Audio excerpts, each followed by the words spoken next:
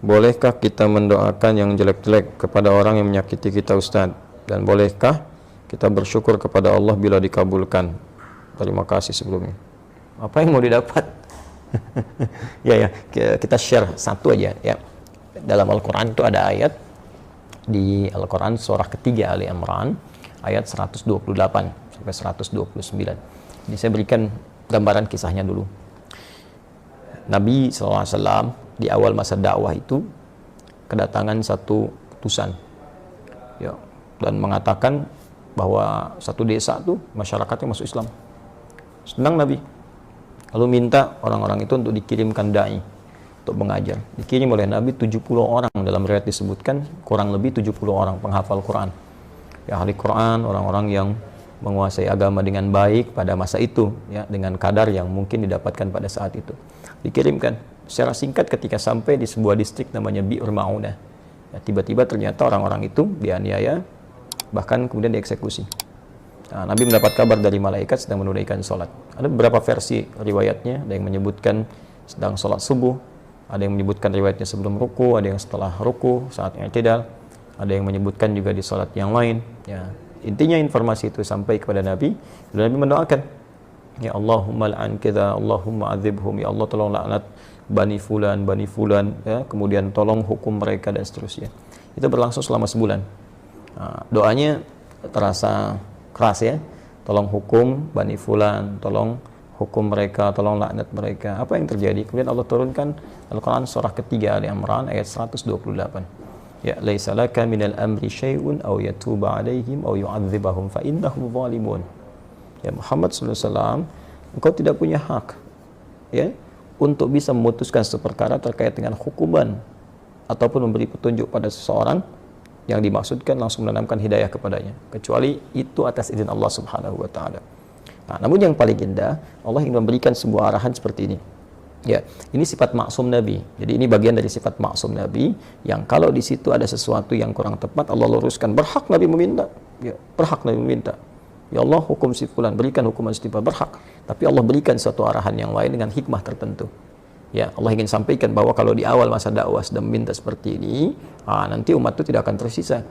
Ya, seperti umat-umat yang sebelumnya, ya pernah berbuat zalim, kemudian nabinya meminta kepada Allah dihukum, hukum selesai.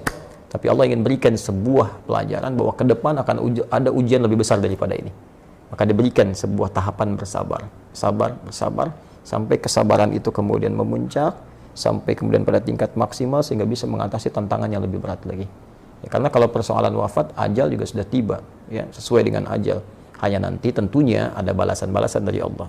Ada yang karena tidak tahu, mungkin bisa dengan itu kemudian diberikan petunjuk untuk bertobat. Ada yang sengaja melakukan, Allah kirimkan kemudian hukuman, nanti akan turun kemudian hukuman-hukuman berikutnya. Bukan berarti pembuat kesalahan tidak kemudian diproses. Ya, bisa diproses dengan hukum yang berlaku, tapi ada mungkin golongan-golongan tertentu yang tidak tahu dan ikut-ikut di dalamnya. Bagaimana hukum seperti itu?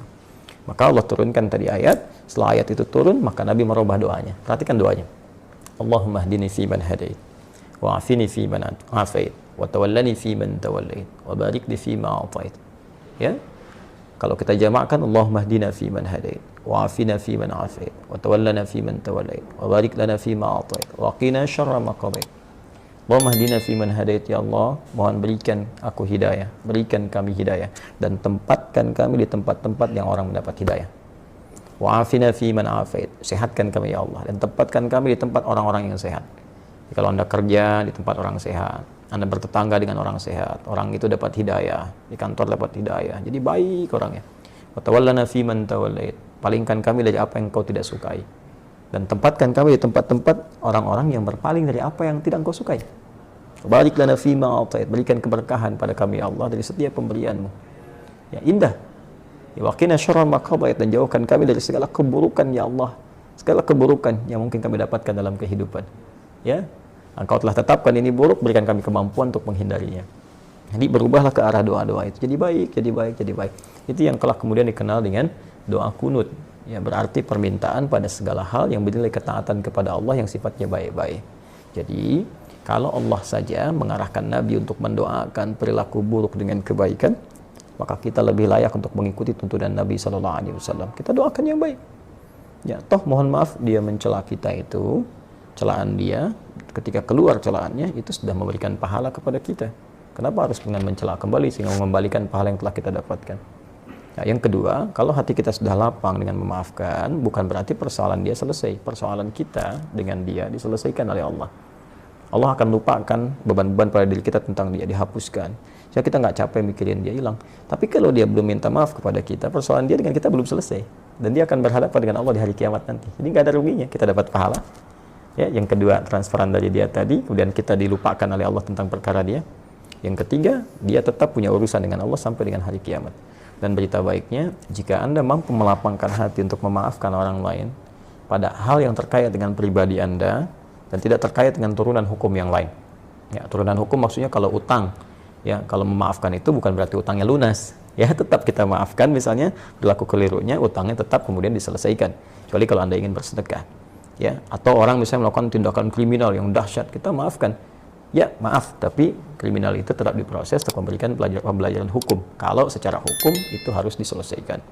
Nah, kalau Anda bisa lapangkan hati seperti ini, maka Allah janjikan di Quran surah ketiga Ali Imran ayat 133 sampai 134. Wasari'u ila magfiratin min rabbikum wa jannatin arduha as-samawati wal ardu uiddat lil muttaqin. Bergegaslah Anda untuk evaluasi diri, minta ampunan sama Allah, dan berharaplah, berusaha untuk mendapatkan satu surga yang luasnya seluas langit dan bumi, disediakan bagi orang takwa. Siapa orang takwa di situ? Amalannya 134. Alladzina yunfiquna fis sarai wad dharra, orang gemar berbagi dalam keadaan lapang ataupun sulit. Kalau lapang berbagi biasa, ini sulit berbagi masih mau.